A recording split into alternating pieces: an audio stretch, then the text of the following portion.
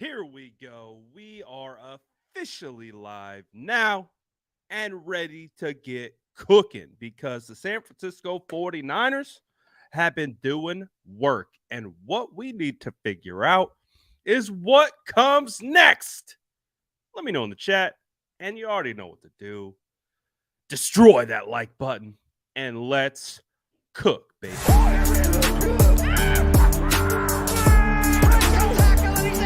Smash that like button if you haven't already. Love to see it.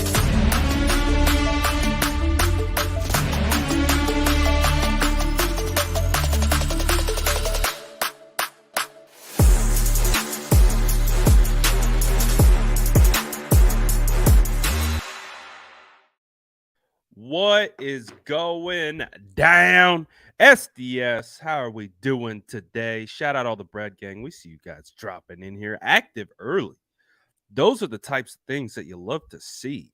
Good to see everyone. Hope you guys are having a phenomenal Thursday as the San Francisco 49ers are out here cooking. Apologize for my tardiness. You know, the 49ers love to drop news right before my streams start, and hey, I'm all for it. But we had to take care of some business, and speaking of business, let's talk about it. The San Francisco 49ers, right before we came on here, made it official with their coaching staff heading into 2023.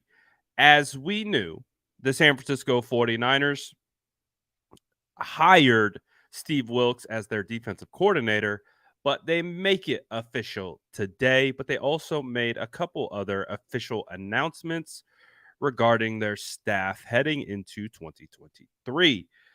Clint Kubiak, it was announced as well that he would be hired to the staff. So no real surprise there, but we get an official title.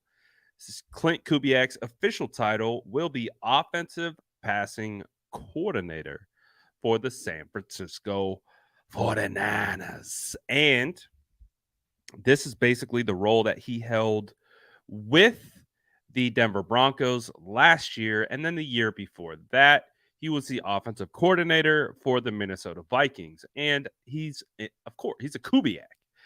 If you don't know who the Kubiaks are, Kubiak, his pops was the head coach at the Texans when Kyle Shanahan got his start as I think like a quality control coach with the Texans. So full circle, the Shanahans, the Kubiaks, handshaking emoji. You know, football families reign supreme in the NFL. And hey, it is what it is. These guys, they're born into it and they're out here cooking now. But also in regards to Clint Kubiak, we got news of two new hires, not big movers. But Jacob Webster signed as the defensive quality control coach. He's coming from college. He was with Wisconsin as an assistant prior, not really a high level assistant. He has experience as kind of a quality control coach for Wisconsin on offense and Missouri on defense. So I'm sure Justin will be happy to hear that, because if he had experience with University of Missouri, that means he knows Isaiah McGuire really well, a draft prospect, defensive end heading into this class. They also officially announced Max Moles as the coaching operations assistant. So again, not big needle movers, not crazy news, but hey, it's official, like a referee with the whistle. San Francisco 49ers, get it done. So, honestly, it's a move. It's a move. It's official. But, hey, I'll take it. I like news. I like when news drops. It's always fun. It's like a little rush. It's like you get that hit of dopamine and you're just like, oh yeah, news. And we gotta like rush to like get it all figured out and post it everywhere. So it's always fun. But there is one very important signing or one important position that we don't know yet. We're trying to find the answers. We're looking high, we're looking low. We're turning over every stone to find arguably the most important position that the 49ers have left remaining. And that position, if you can guess it, is who is going to be the new boombox guy? Who's going to be? That's the question on everyone's mind. Who's that guy? Is this is this one of the best jobs in all of the land? Is it boombox guy? So I don't want to get too ahead of myself here and speak out of turn, but may or may not have something cooking in that regard. I don't want to say too much. I don't want to divulge before I should, but might have some fun stuff coming up regarding said topic. So just be on the lookout. Just just be aware that we could be doing some fun stuff around this particular topic. So we'll find out. I think it's probably the most coveted position in all of football. Boombox guy. Who's filling that role? I don't know. Could it be you? Maybe. We'll find out. Woo! We'll find out, baby. We'll find out. But regardless, we need to figure it out.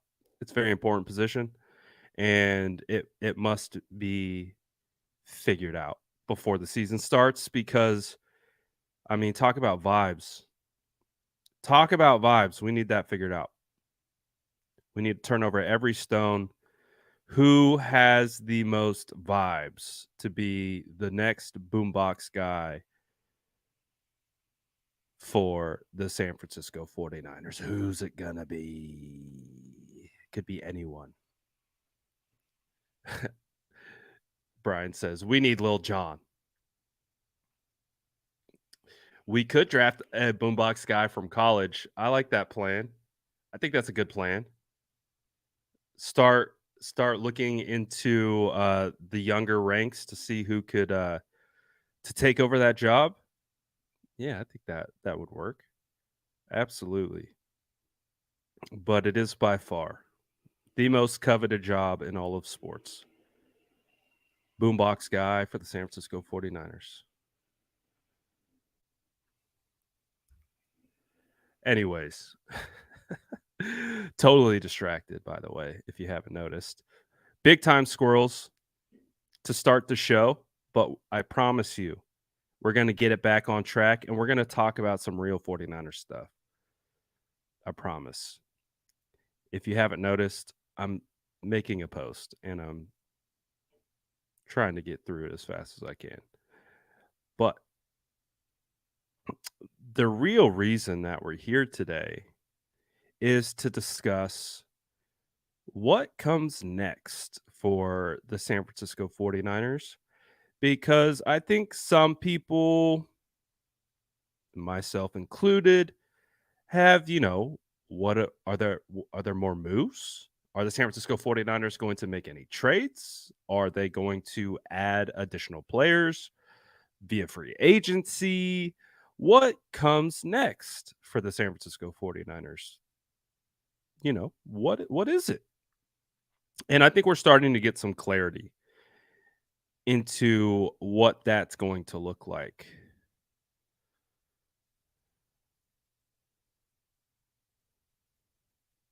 All right, almost getting this post out, and then I can actually focus on what I want to do. And then I can actually focus on what I want to do. I promise.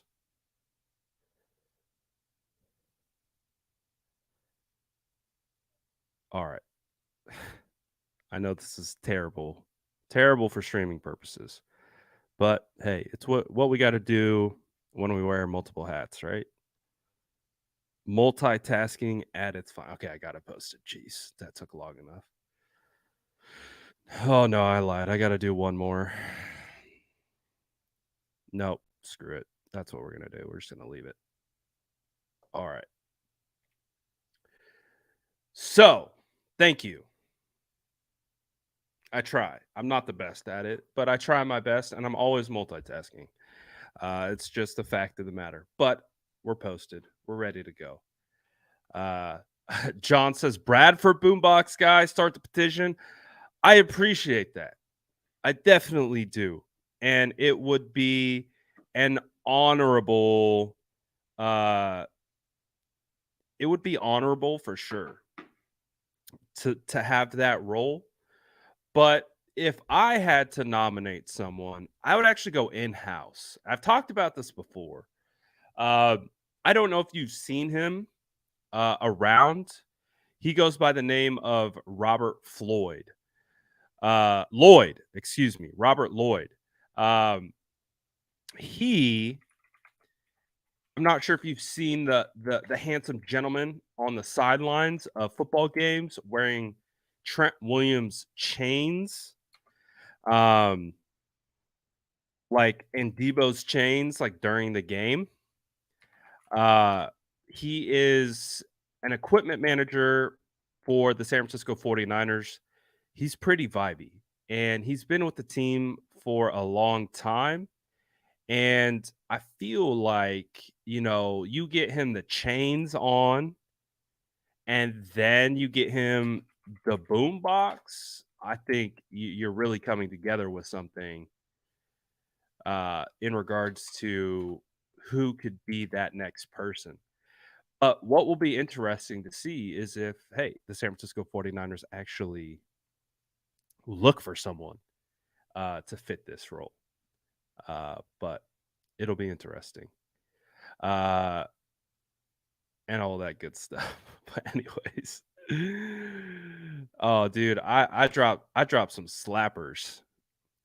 I don't know if Debo would approve necessarily. I'd have some out of the box slappers. Debo probably wouldn't vibe, but that's all good. That's like the main guy that we need to get vibing. But anyways, all right, let's get back on track. So, looking at the San Francisco 49ers, looking at everything that they are doing and putting together, what comes next for them? And what comes next for them, I think, is barring a massive restructure, which they are still capable of executing. They can absolutely go out and restructure if they wanted to and create a ton of cap space in a blink of the eye. Like they could literally Parag Marate punches in the calculator, boom, cap space.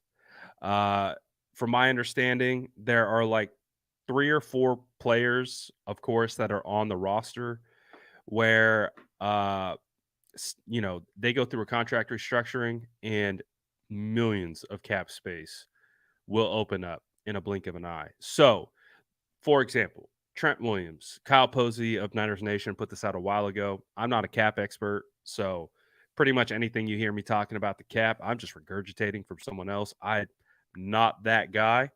But Kyle Posey talked about how if the 49ers were to restructure Trent Williams, it would open up 16 million in cap space instantly. Someone's mentioning CMC. There's another one. So Eric Armstead has been discussed as a potential restructure candidate. So there are multiple options because as it stands right now, I've seen 2 numbers floating around regarding the San Francisco 49ers cap space as it stands right now. Field Yates reported earlier that the 49ers are sitting at 3.8 million in available cap space. That would have them fifth worst in the NFL. Basically, that would have them kind of at the bottom of the league in available cap space. But I've also seen other figures floating around that have the San Francisco 49ers at 6 million. So what we'll do is we'll say the 49ers have somewhere within the range of available cap space between 3.8 and 6 million. That's where they're living right now. Not a whole lot. There's clearly we're seeing the deals that they have made. They signed uh the defensive end yesterday from the Detroit Lions. We saw what the deal looked like for Hartsfield, safety from the Panthers. Likely 1 year deals, not a lot of guaranteed money, small cap hits. So we could see the San Francisco 49ers continue to make like micro moves, right? When I say micro moves, moves that maybe aren't necessarily earth shattering or needle moving, but fill depth at a relatively effective price point and potential upside. We don't really know. We don't even know if these guys are going to make the roster, some of them, but I could imagine those moves are coming. What is going to be interesting is if we get news of a big time restructuring, that will probably indicate to us that they are making a move, potentially adding a Frank Clark or whoever. Name your name of a potential high value free agent on the market. So, how I kind of see it going moving forward in regards to what's coming next is the San Francisco 49ers are in a wait and see period in regards to preparing for the draft. And up until that point, unless news of a restructuring is coming down, I think the San Francisco 49ers are pretty content with where they stand for the most part. I still think they can add some free agents, but other than that, I think the 49ers are feeling pretty good with what they've been able to accomplish in free agency. They've insulated their quarterback room. They've insulated the offensive line by bringing in John Feliciano. They get Hargrave. They grab a nickel that can provide a potential starting role or at minimum uh, you know, good depth and a special teams player. So the 49ers have done a pretty good job, I think, of filling some holes. Again, you bring Hartsfield in for depth at safety. You already have George Odom, Gibson, and Hufanga. They're probably going to draft a safety. They're probably going to draft a defensive end. They're probably going to draft a tight end. They're probably going to draft uh, more offensive line. There's plenty of opportunity now for the San Francisco 49ers to start to put a bow on free agency and start to prepare for the draft that is coming up. And one of the beauties about the draft and this particular class is that it's deep. There is a lot there's a lot of good prospects. Like, we're going to be able to find prospects in the third, fourth, fifth round that could contribute at a high level. So I think with what is coming next for the San Francisco 49ers, it is preparation for the draft. Again, they could make a signing here or there. They could go out and get some additional back end depth. But I think if we are sitting on our hands waiting for the 49ers to go get a big time edge Clowney, someone like that, I don't know if that's going to happen. It could happen, but I'm not going to hold my breath.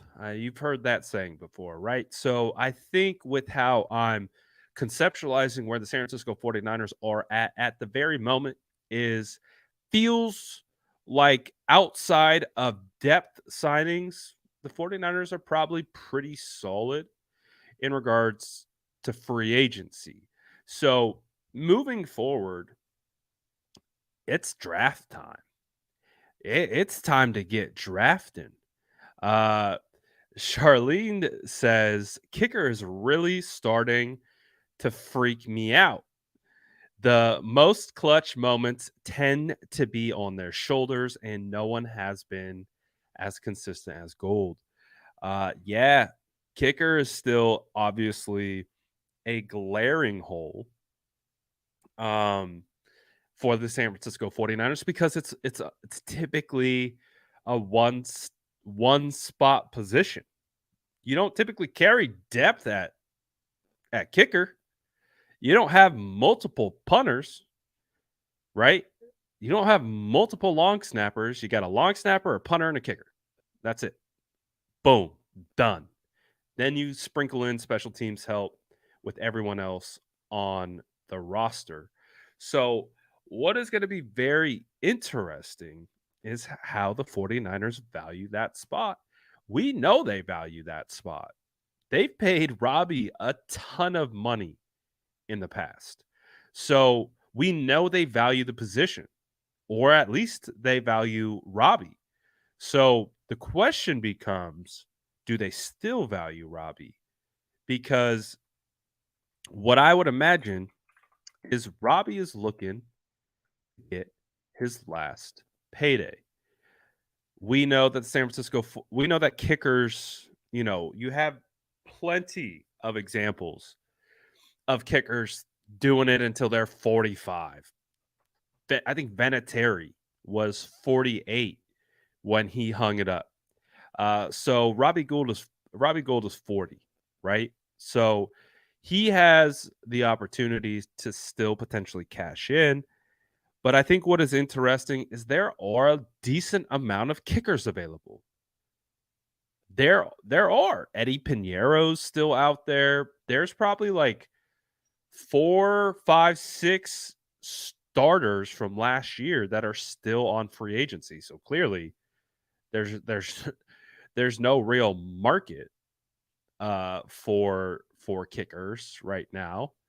Um, but if you go back to like the money that's been paid out to Robbie in 2017, so let's listen to how much money he's gotten from the 49ers.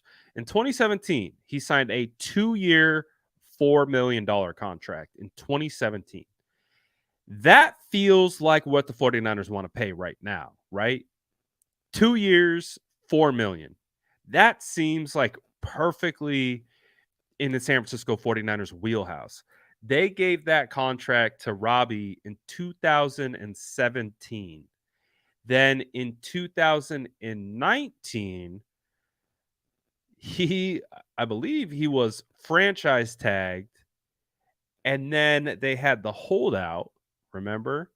He had the holdout. The franchise tag was valued at 4.971 million, and then the holdout happened, right? Where a kicker held the 49ers a little bit hostage, and it was if you were for me, it was like, "Oh, a kicker?"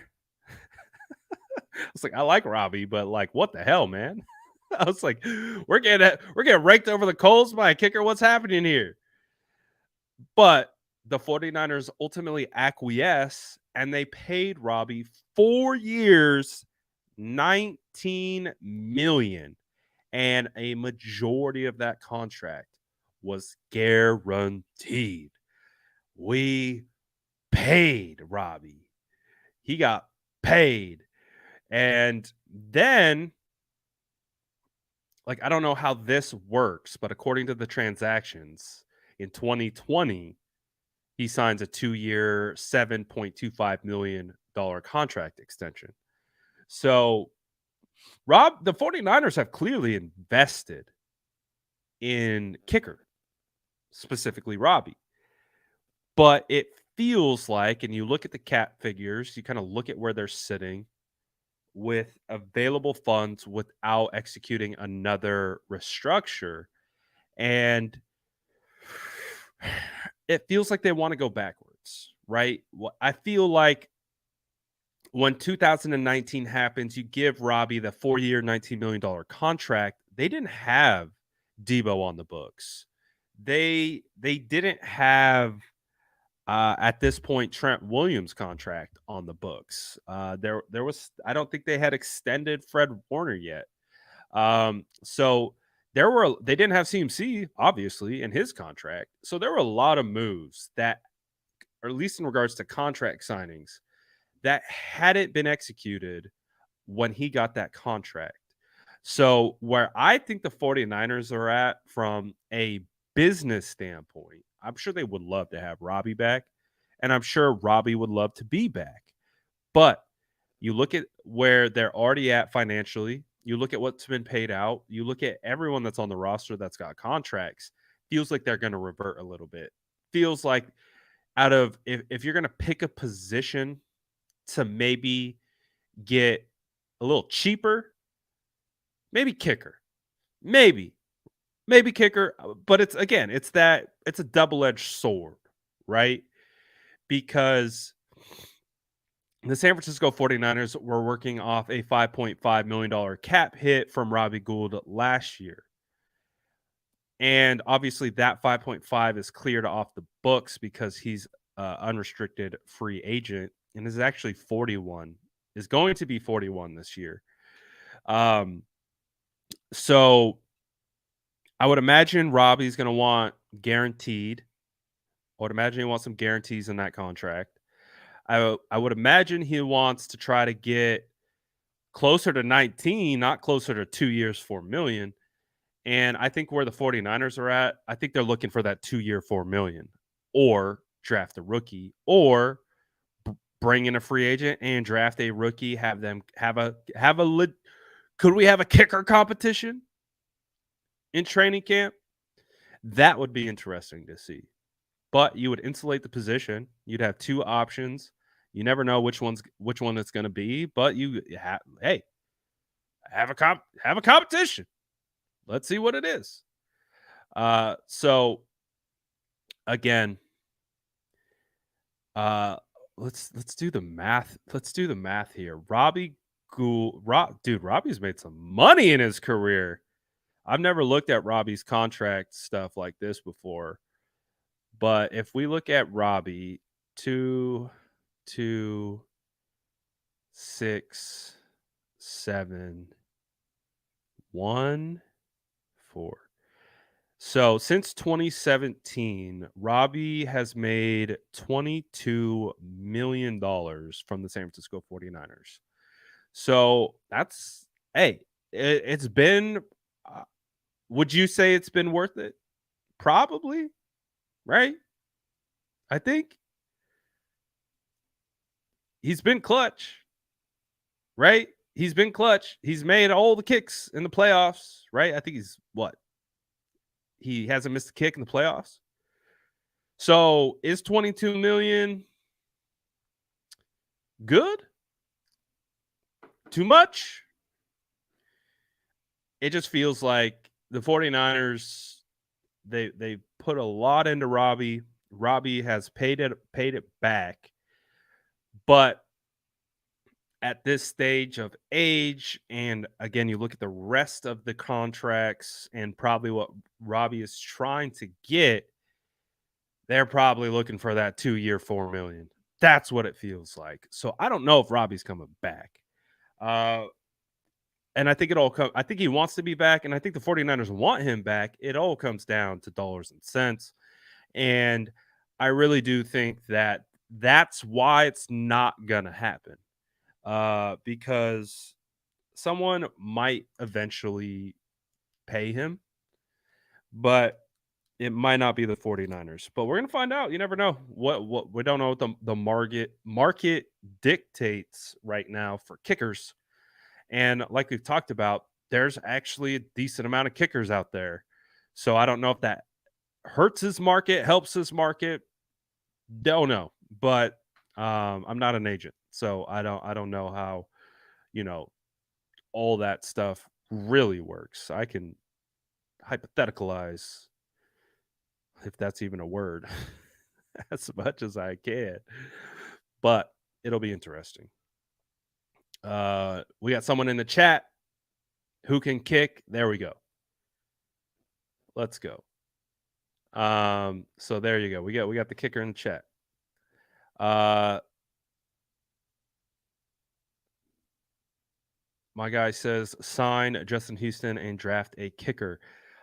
In very important news, the future kicker for the San Francisco 49ers followed me on Twitter today. So just wanted to put that out there that if the 49ers draft him, it's absolutely because of me. So I'll take my bow now just because he's a future Hall of Famer, only because he followed me on Twitter. But hey, the future, the future of the San Francisco 49ers kicker position, Chad Ryland. Let's go, Chad. Chad, Brad, handshake emoji, whitest names possible. Let's go, dog. Uh, honestly, if you watch him kick, like if like you like I don't know how to scout kickers. I've never scouted kickers. Um I I I don't know like what you're looking for. Like I don't know like obviously make the kick, right? But w- what's the technique? What's the mechanics? What's the measurables look like? I have no idea. I don't know if I've spent 2 seconds ever scouting kickers until this year. But I will say, man, when that ball leaves Chad's foot, that thing looks like it has a purpose. I don't know if that makes sense. Like, when you see some kicks, they got the big like arch to it, and they're just kind of and you're like, oh, and they're kind of like, they kind of like wobble and you get some like curve to it. Sometimes it like looks like they're gonna miss it and it curves in. You see those types of kicks, and again, I can't believe I'm like out here trying to quantify kicking traits and attributes. But when I've seen this guy kick, I mean, there's a purpose. It's going to where he wants it to go, and it's like there's a oomph behind it. So I know it's Jake Moody out of Michigan. Is like the fan favorite for kicker because he has the accolades. But I'm not gonna lie, I was watching this Chad guy kick, and I was like, "Ooh, I like Chad." His name rhymes with Brad, and it looks like there's some power, some accuracy. If you go, like, you can even see in the Michigan header, um, this game he kicked two 50+ yard field goals uh, at the big house that were just dead on. Like, just again, like there's no wobble. The thing was like, we're going in. Like off to the foot, you're like, oh, that's going in.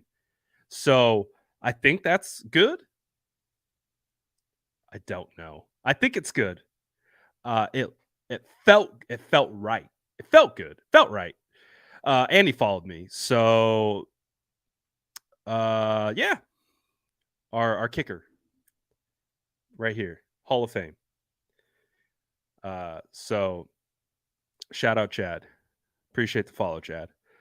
But yeah, no, I'm out here scouting kickers. I'm trying to scout kickers, guys. I'm trying to do it for the squad. It's a first time. It's a first time affair. I don't know how well I am at it. Maybe I find a new kind of niche. Like I'm good at evaluating kickers. I feel like I'm good at evaluating O line. Like I feel like I have a strong ability to evaluate offensive line, like very well. Um, not always perfect. I have my hits, Abe Lucas. I have my misses, Donovan West. It happens. Uh, but I would say overall, I feel pretty strong. I feel pretty strong about my ability to not pretty. I feel very strong about my ability to scout offensive line. Uh Kickers is next. I'm gonna add that. You got Croc. Croc does cornerbacks, right? Croc's specialty is cornerbacks. My specialty has been offensive line. Get ready. I'm adding kicker to the list. Jason Aponte is going to be furious. And I'm looking forward to asking him kicker questions tomorrow on State of the Franchise. So get ready. we're going to get him spicy somehow. We're going to find a way. We're going to find a way because I don't think there's really too much to be spicy about right now. I feel like for the most part, uh, we're okay. But I don't know. I gotta figure it out. I gotta figure it out somehow. Uh, I'd be whispering to the O line like, "Yeah, okay, you good, you good, let's go." No, I'm not gonna lie. Again, I don't hit on everything. It's impossible. Like, look at NFL GMs; they don't hit on everything. Like, it's really hard because you never know. Like, but I mean, I go back years. My very first offensive line draft crush ever was Mike Iupati out of Idaho, and we drafted him. Like, I was like, I love this draft thing. I love this thing. Like, I watch this guy. I'm like, he's good, and then my team drafts him. I'm like, that is validating. I cannot express to you enough how much validation came from, like, literally stopping my football career and then being like, I don't know what to do. I've always wanted to do something in or around football. And in my head, I was like, I've always liked evaluating football. Like when I'm playing, I like evaluating. I like being like, that guy's good. That guy's trash. This guy's good for this reason. That guy's bad for this reason while playing. So I'm like, why don't I do that as a scout? And 49ers right off the bat. First O-line draft crush, Iupati. All right, we'll take him. Validation. I was like, oh, I'm good at this. Oh man. Fun times. Good times. Yes. You can now know me as the O-line kicker specialist. That's me. The Saldivari hive is absolutely buzzing. Fun story on Saldivari. Uh I've talked like after the Senior Bowl. I talked to him on through DM on Instagram. He followed me on Instagram, instantly unfollowed. I was like, that's interesting. Okay, whatever. We had like a good back and forth. Whatever. He followed me, unfollowed me. Then yesterday, he did the same thing on uh Twitter. He followed me and then instantly unfollowed me on Twitter. I was like, what is this trend that we're doing here?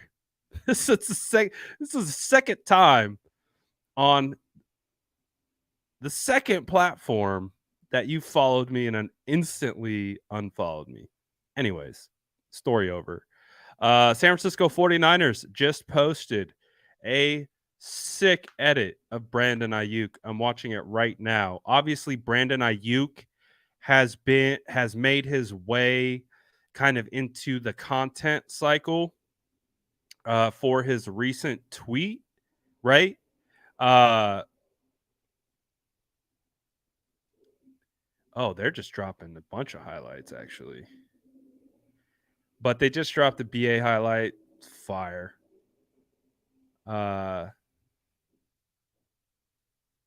oh, what's this?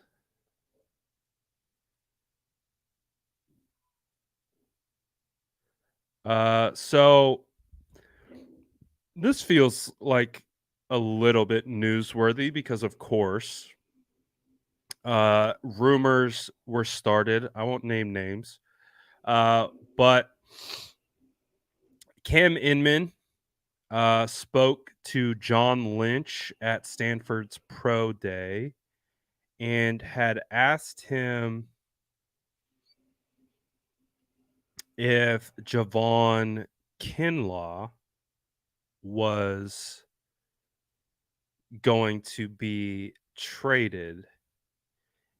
And according to Cam, the 49ers have no plans for trading Kinlaw, but he does go on to say the 49ers have no designs to trade him ahead of his fourth, in parentheses, and final year of his contract.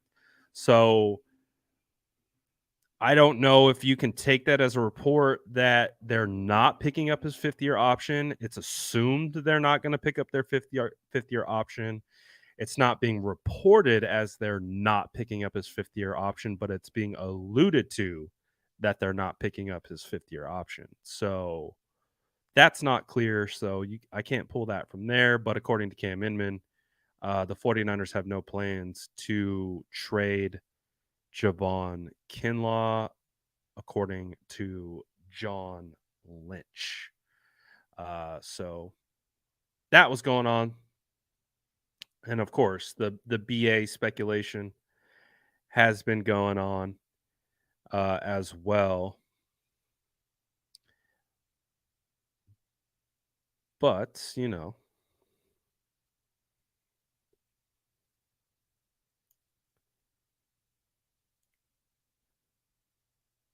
we'll see.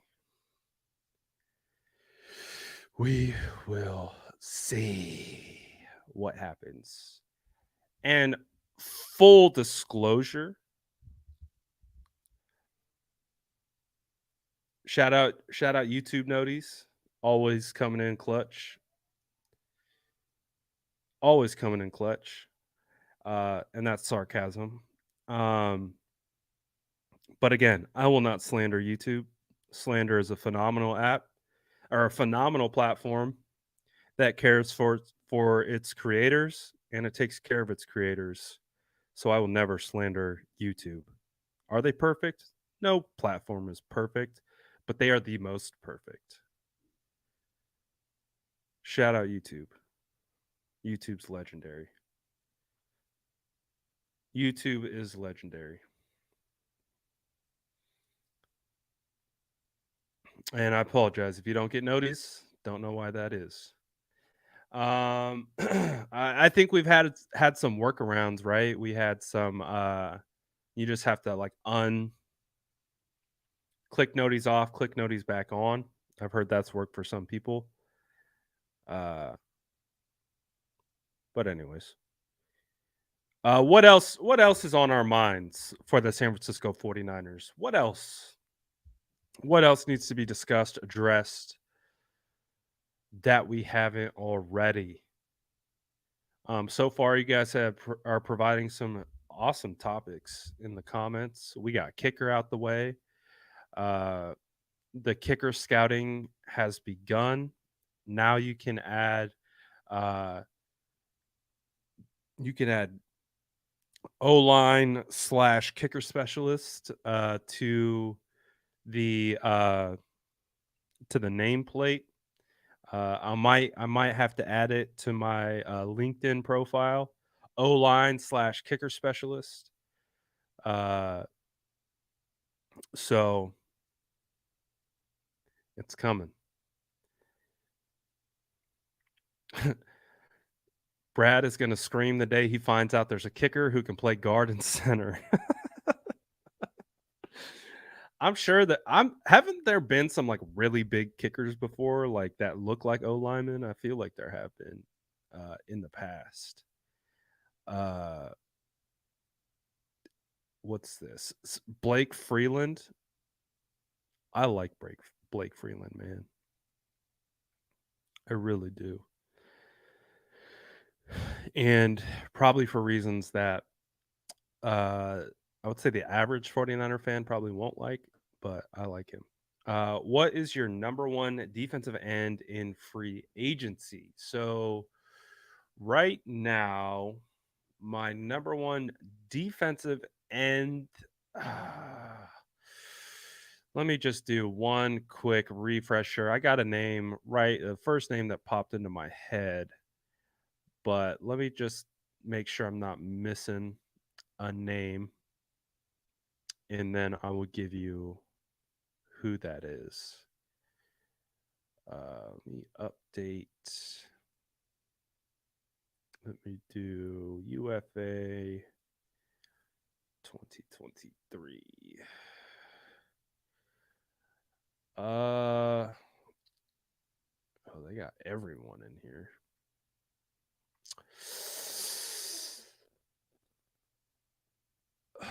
So available, you've got Frank Clark, Yannick, Jadavion, Calais Campbell is out there. He's more of an interior guy, but you still got uh, it would probably have to be Yannick. Yannick was the name that came right to my mind. If I had to pick, Yannick's probably that guy because he provides some speed off the edge. He's still relatively young. He's about 26 years old. He has pass rushing moves. He has the ability to maintain the edge and stuff like that. I like my favorite guy to fill, which we might have already gotten. Like Clellan Farrell, Cleveland might be this guy. Cleveland really might be that Omenahue. But if they want more of that, Rasheem Green is my Omenahue replacement if that's not Cleveland. Uh, so if it was an Omenahue replacement, Rasheem Green. If it's an edge specific player, Yannick. 27, still has some juice. But I like Rasheem on the interior. Rasheem is also only 25. As an ageist, I love that. Another guy who's interesting, which I wonder what the asking price would be for kind of a I would say he's being interior guy. He can play edge, but I'd say he's more interior. Is Puna Ford? Puna Ford would be interesting. He's still out there, but he's probably somewhat expensive. But Puna Ford would be interesting to just have in that rotation. Um,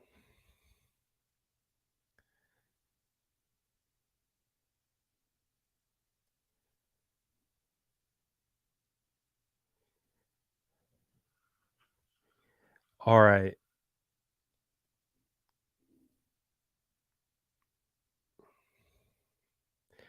Squirrel.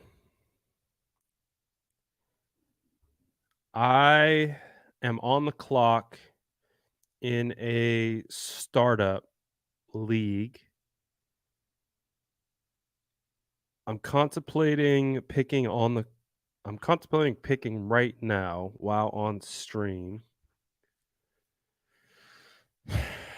But I also don't think clearly while doing both. So I might have to wait. I'm going to wait.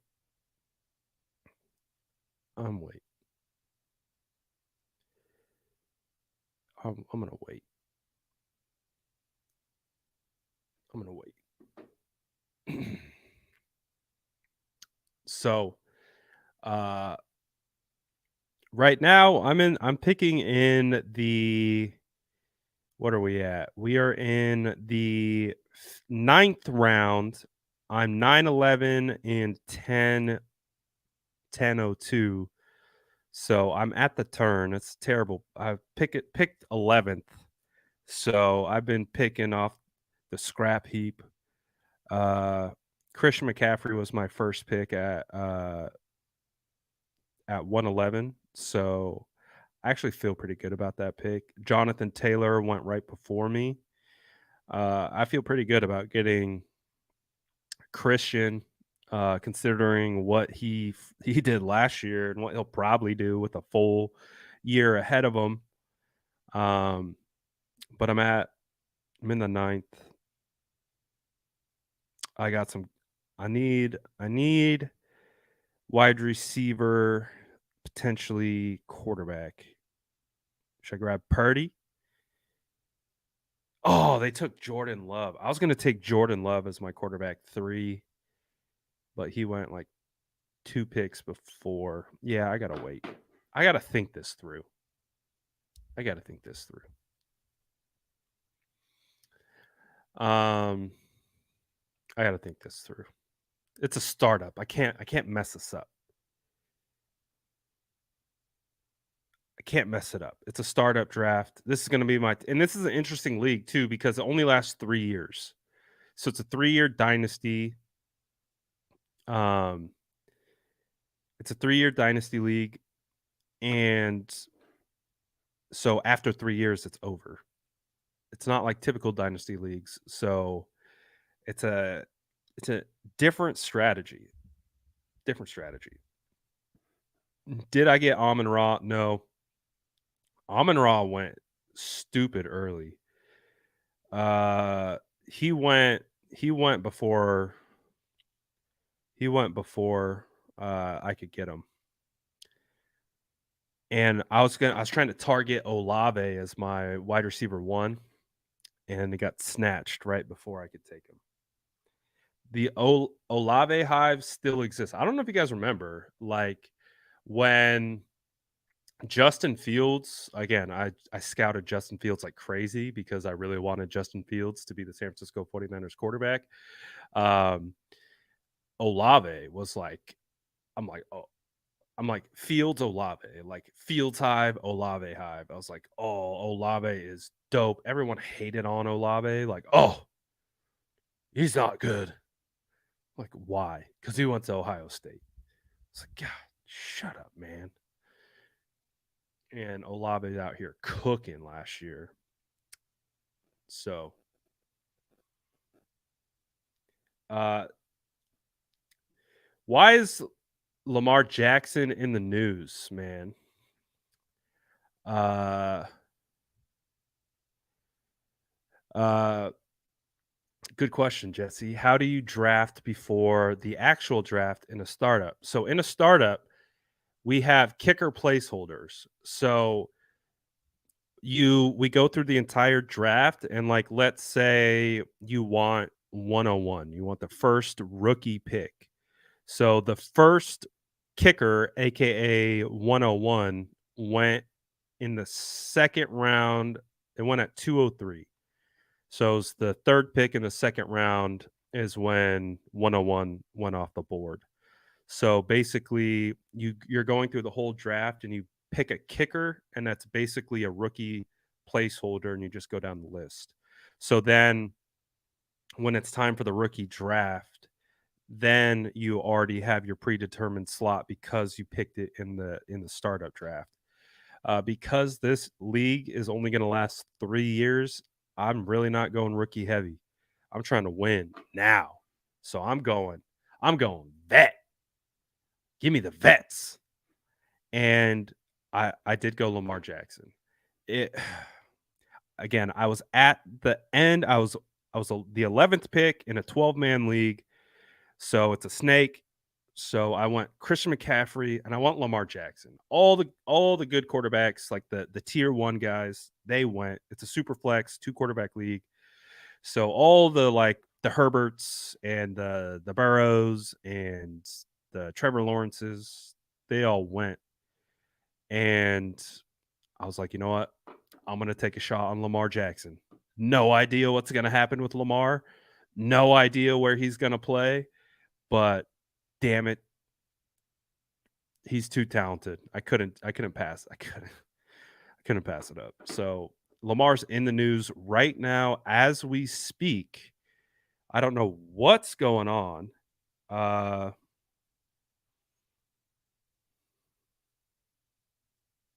there's all kinds I don't know what's going on with Lamar, man. I don't know.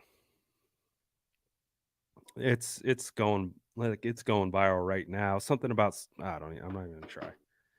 Something's going on. Something's going on.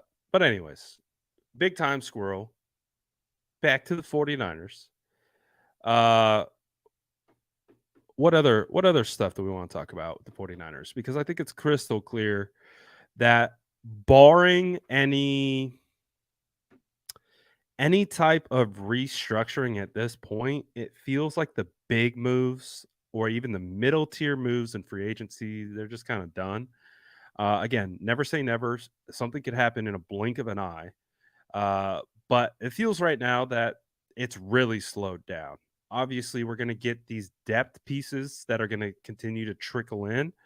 Um, but now might be the time where they've plugged enough holes. They feel like they have good enough uh, starters, mid tier, and depth where they're turning their sights to the draft and they start draft prep and really start focusing on how they're going to attack this draft.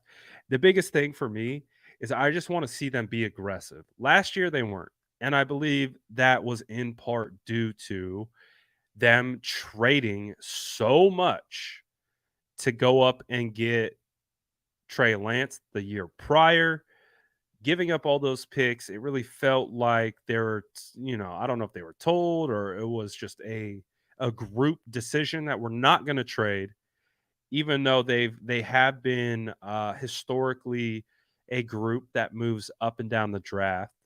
But it felt like, with the trade for Trey Lance and the trade of Trey Sermon. So they had so far, we know what Trey Sermon's not on the roster. So they traded up into the third, grabbed Trey Sermon. Trey Sermon got beat out by an undrafted free agent rookie running back in Jordan Mason. He's not on the roster. He is on the Philadelphia Eagles roster. And outside of a couple snaps, Trey Sermon really didn't make an impact at all on the Eagles roster. So it felt like last year they were told no more trading up this year. Just take who falls to you. Just get it done. And the 49ers did pretty well. I mean, all things considered, when we look at Spencer Burford, he turned out to be a starter. Even though he rotated, he's still a fourth round draft pick, rotated in. Uh, Danny Gray, I'm not too concerned about. I see a lot of people concerned about Danny Gray, and a lot of people just like, oh, bust, bust, bust. Which again, the book isn't out. We don't know. He could be a bust for a third rounder. But what is one thing that we know about wide receivers in Kyle Shanahan's scheme is like how often do we see rookies really pop off and go crazy? That one time was Brandon Ayuk, and when they talk about Brandon Ayuk's success as a rookie, they're like, "Well, we didn't have COVID, or it was a COVID year, and we didn't really have an off season. We didn't really have this. We didn't really have that, and we had no wide receivers. It was like, but it was Brandon. Debo was hurt for the majority of the year. I think that was the year where like Trent Taylor was Trent Taylor still on the team. You had like Kendrick Bourne. Uh, it was like by default, uh, Ayuk was the number one, and they're like, well, we didn't have this, we didn't have that. It was didn't have an off season. It was just kind of whatever. So Debo's talked about how hard it is to play in this scheme as a rookie. He talked about that as his rookie year, just how difficult it was. He said he's like, I never thought I was going to see the field, because it's so like detail focused of what the wide receivers need to accomplish, and as you can see, they need to do multiple things. And down the stretch, Danny Gray got some playing time. And for me, Danny Gray popped a couple times as a blocker. And I'm like, he's getting it. He's getting it. So I expect Danny Gray to have a better year next year. I mean, it's really easy to like toss guys to the side when they don't play, but remember the deep touchdown that he had, granted preseason, but he had that deep touchdown down the left sideline from Trey Lance. It's like a 45, 50-yard bomb, put on the burners, up the left sideline, catches it in stride, touchdown. You go back to training camp, you go back to some of the big plays that they made in training camp deep down the field. A lot of those were like there was a day where Danny Gray was the best wide receiver at 49ers camp. And that was when Brandon Ayuk was going stupid at camp. Like Brandon Ayuk showed up looking like I don't know. He looked like Julio Jones or something. Like he looked like he was a Hall of Fame. Like I've been going to training camp for a good amount of years. My first training camp that I ever went to was in 2011. So I got to watch Cap, Alex, Vernon, Crabtree, uh, and I've gone, throughout the years, I've only gone to every training camp practice the last 2 years in a row. Um, but I have experience going to multiple training camps over the last 10 years. And Danny Gray had a day that like you could put on that scale where you're like Danny Gray went crazy. Like he had like two deep touchdowns. He was making contested catches. He was burnt. He had the burners on. He was making uh tough catches over the middle of the field. So Danny Gray has talent, but again, I think the important thing that we have to quantify in regards to player development is all players develop at their own pace. Not every player develops like this and comes in pro ready. Sometimes it takes some time. And with Danny, they don't have to put Danny out there. They have Ayuk, they have Debo, they have Jawan, they have Ray, they have other guys who can get the job done. So with Danny Gray, just give him some time. Just give him some time. There's no way at this point you could call a third round draft pick a bust just because he didn't get on the field that much as a rookie. Just give him some time. He's got the tools, he's got the traits. He's just got to bring it together and he's got to get an opportunity to do it in games. That's it. So I expect Danny Gray to have a much better year next year. Uh, we don't. It's still going to be like the same pecking order, so we don't know what the opportunity is going to look like. But overall, there's still plenty of time for Danny Gray to figure this thing out. So I would just pump the brakes on any like Danny Gray's a bust. Get him, I get it. Like you want to see the returns on your new players right away, but that's just not how it works all the time, and especially at wide receiver. Um, and shout out Jesse. This is a great comment. He says, "I think it is important to give 3 years to all players before being set on what a player is. Even then, there are some surprises." 100% Jesse. We were even talking about this yesterday when we were talking about uh the Bryant signing, and like people were like, "Oh, this is a bad signing," like because obviously it's not a high end player, it's not a name brand player. He has an injury history, et cetera, et cetera, et cetera. And so like people are like, "Oh, terrible pick." I was live when it broke.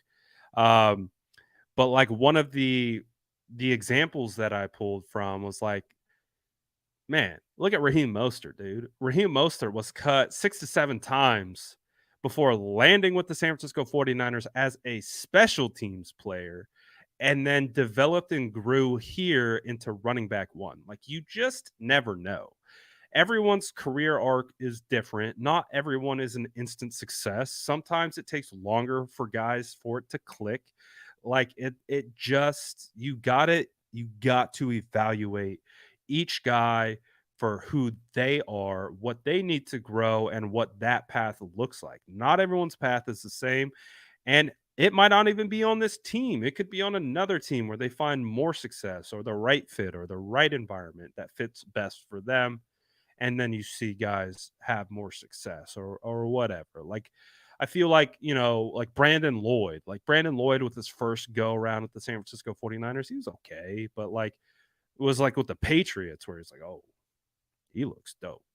But also I agree with the like you got to give these guys at minimum like 3 years to just really figure it out. Like really figure it out, and just because they don't figure it out with where they're at now doesn't mean they can't go to another environment that fits them the best and they can take off from there. That's why I'm always an advocate for player development. I'm not going to cast aside a player if I think they have talent, even if they haven't lived up to their talent, because you never know when that switch is just gonna flip. Opportunity meets, whatever the hell that saying is, like, and it just comes together at the right time, and all of a sudden you got a player. So yes, ideally, Drake Jackson comes in, gets 7 sacks as a rookie, and we're like, "We got the edge of the future. We can pay Bosa. We got Drake Jackson, 0 questions." Right? Like, we're not like, "Oh, we still need an edge, this, that, and the other thing." But who knows? Drake Jackson could literally thank you. Thank you, Jesse. This is why you're the man. He's just picking up the slack for me. But preparation meets opportunity. But like Drake Jackson next year could come in a completely different person. Like from a body standpoint, like that's one of the things with these young players that are around 2021 when they enter the league is their body is still maturing. So like we know Drake Jackson has a large build, long arms, he is athletic, but he can add functional strength and weight to that frame. He can add technique to that frame. And uh you know what I'm saying? So in the kind of grand scheme of the developmental conversation, yeah, right now Drake Jackson doesn't feel like the answer, but in 6 months Drake Jackson could be the answer. And I think it's important to like keep that open. Like just like I'm looking at wide receivers in the draft. I'm over here salivating over Demario Davis. Like I salivated last year over Danny Gray, and that's just how it always is. We have a new crop. We're gonna find guys that we like, that we think that would fit our team, but we don't know which way it's gonna go. So overall, I'm a big fan of development. Big fan of giving guys the time and the opportunity to reach that development. Obviously, you only have years maximum before it's like, all right, we it's just not working for us here, and I think that's okay. But a guy like Danny Gray, for example, a guy like Samuel Womack, a guy like Spencer Burford, Drake Jackson, TDP, like we don't know what that draft class is yet. We don't know. Like it could turn out to be a fantastic draft class that we just haven't seen yet. Like Spencer Burford can grow into a top 10 guard. Is he one right now? No, he's not. But he can be. He can continue to grow and work and get stronger and work on his technique and his timing and his instincts as an offensive lineman. And he could, in a blink of an eye, be a top 10 guard. I mean, we saw how Aaron Banks went from like, did we whiff on Aaron Banks to, okay, we have something with Aaron Banks. Aaron Banks isn't perfect, but Aaron Banks is going to be a quality starter in this league for a long time. So we just gotta it's a feel, it's reps and all that type of stuff, man. It takes time. Not everyone is created equal. Uh so we'll see. Uh, Jesse says there will be at least a couple players who elevate big time from last year's class. 49ers develop well. Yeah, 100%. I remember I interviewed River Craycraft, the GOAT, current Dolphins wide receiver. But I had talked to him because he came from the Broncos, and then he had, I think, a stint somewhere else before that. But one of the questions I had asked him about is, like, it feels like the 49ers like have an emphasis in developing, like, I'm not saying low level talent, like to be disrespectful, but like low on the totem pole in regards to fringe roster players like a River Craycraft. He's like, yeah, man, what the 49ers do here is it's not even comparable to other places. They really do put an emphasis on taking care of everyone and trying to develop everyone. Um, and I thought that was really cool to hear him say because he had been a couple spots before and he's like, it's not like that everywhere. You have your top guys, you have your good old boys club, and they just kind of rock with who they want to rock with. Sometimes they don't really care about the fringe guys on the roster. And he was like, no, the 49ers, they care. They really care about developing everyone and getting the best out of everyone. So it's a good thing that we got going for our current uh you know, basically developmental staff or coaching staff, and what the how that I think really like permeates down from John Lynch, Adam Peters, and like down into the coaching staff, and how they really believe in developing rosters. Because look at Aziz, man. Aziz, undrafted free agent, Dre Greenlaw, 5th round, Fred Warner, 3rd round. DJ Jones was a 6th round. George Kittle was a 5th rounder. Talanoa Hufanga was a 5th rounder. Diamador Lenore is a 5th rounder. The list goes on and on. I mean, it just goes on and on of guys that they've really been able to develop. I mean, can we give them credit for Jake Brendel? I mean, he wasn't drafted by them, but he got paid by them. They gave him the opportunity and he took advantage of it. So, I'm excited about next year. I'm excited about what the San Francisco 49ers got moving forward. So, I think overall, if we kind of look at free agency, we look at the last year's draft, how we believe those guys can improve and potentially be impactful next year on top of the top tier talent that we already have, feels pretty good. Obviously, we got questions. Kicker, we don't know who the kicker is. We'll figure that out. Safety of the future, yeah, we need to figure that out. Um, right tackle of the future potentially as well, and quarterback. We just need to figure out who's our quarterback. And once we figure that out, I think we'll be all right. Um, but one thing that I know is to be true, this training camp is going to be electric. This might be the most fun training camp to cover. I mean, I thought it was pretty fun watching, Trey Lance rookie year with Jimmy Garoppolo, those two guys going back and forth. That was pretty fun to watch at camp.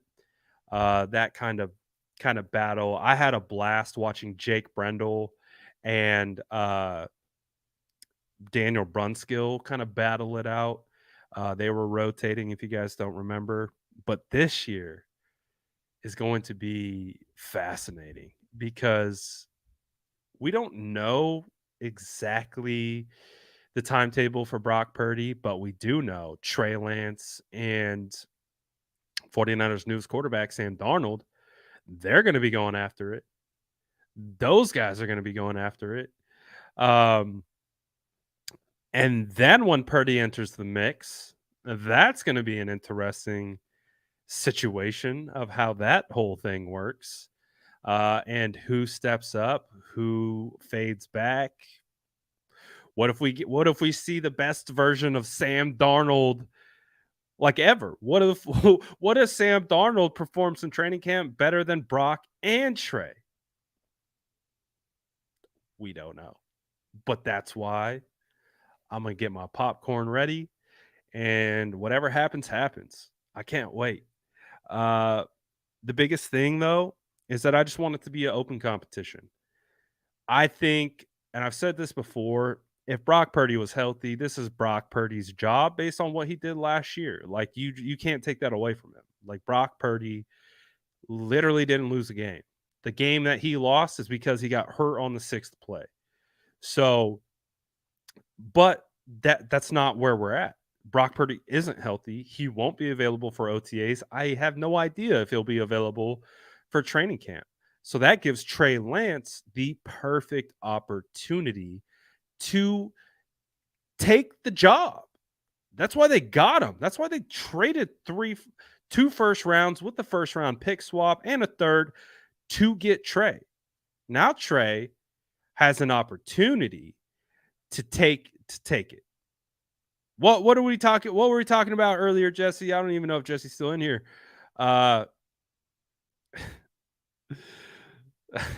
Jesse says, I actually prefer opportunity meets whatever the hell that saying is. Basically that. When preparation meets opportunity, this is the time for Trey Lance. All this time prepping for the draft, prepping for your rookie year, prepping for your second year. All that preparation is now leading towards opportunity. It might not be the biggest window of opportunity, but it's enough. And he's just got to take advantage of it. So that's why this is going to be a fascinating camp. I can't wait. I can't wait to see what's good, Leo. So I'm excited. It's going to be a good one. And I do think the 49ers are going to keep it open a little bit. I think they're going to keep it open a little bit. So I think they're going to actually give Sam an opportunity to win the job. I think they're going to do it. And I don't think that's a disrespect to Trey Lance. Like this is a production business. And if you're not producing, you're not producing. And at a certain point, it's who's the highest performer. So, but I think it's going to be equal opportunity. At least that's my hope. My hope is that it's equal opportunity. Trey's going out the ones, Sam's going out the twos, but it's an open comp, baby. Open comp. That's what I'm looking for. Oh, the what is it, like the 7 Ps? Prior proper preparation prevents piss poor performance. The 7 Ps.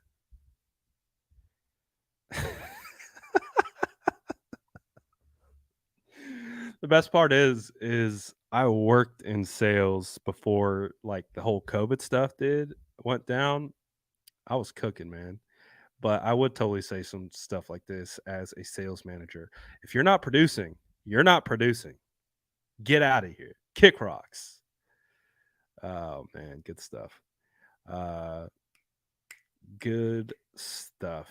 Is there a world where we could take more than one edge in the draft if they don't sign? Oh, absolutely.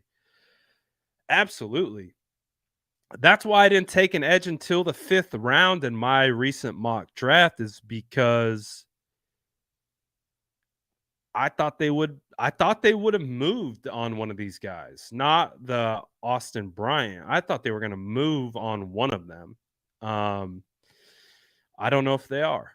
So if that's the case,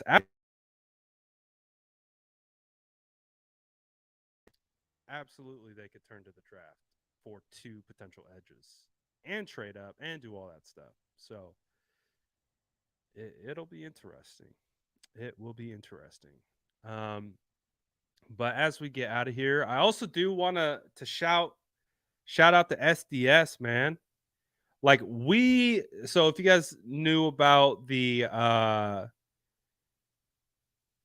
kind of 49ers media bracket that Rob Guerrera put on through his podcast network.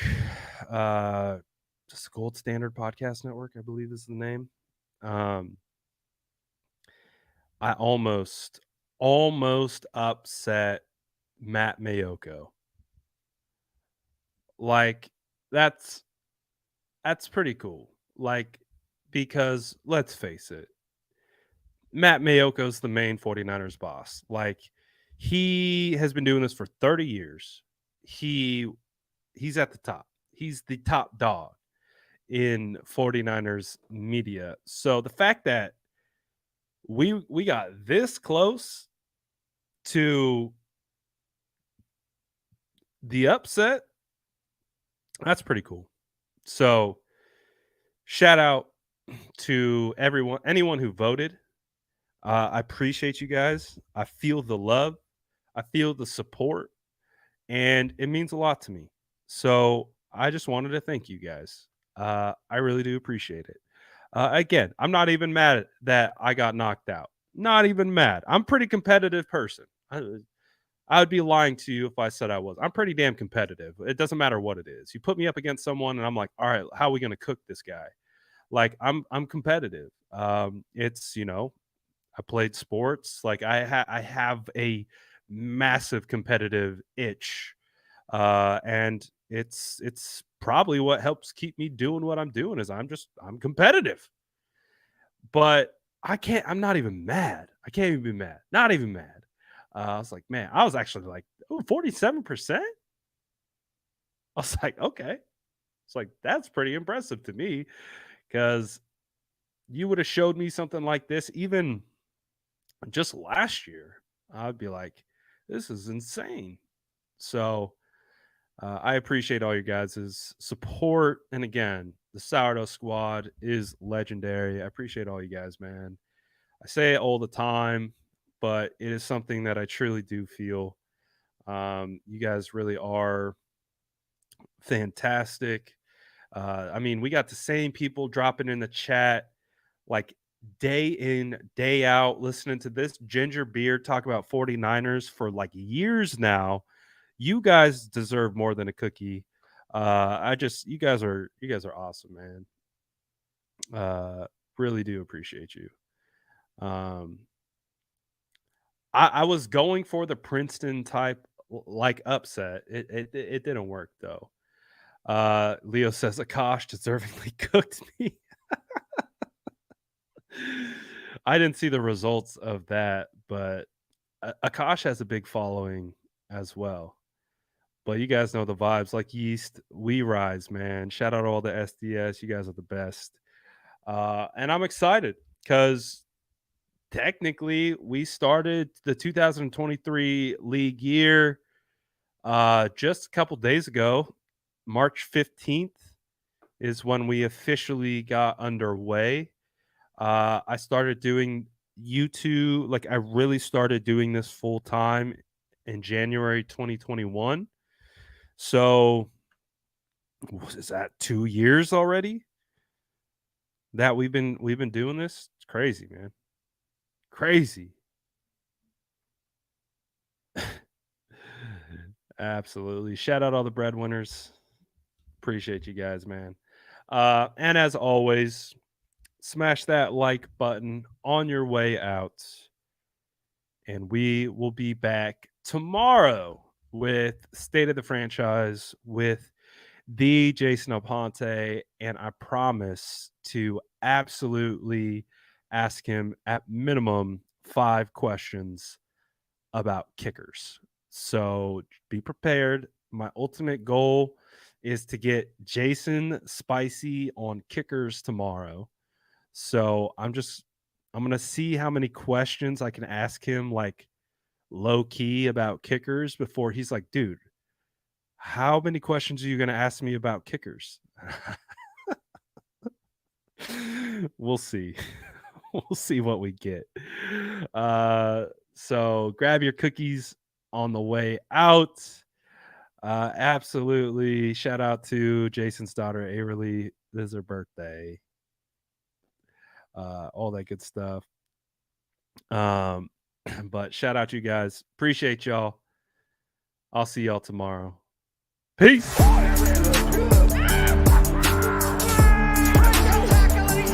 Smash that like button if you haven't already. Love to see it.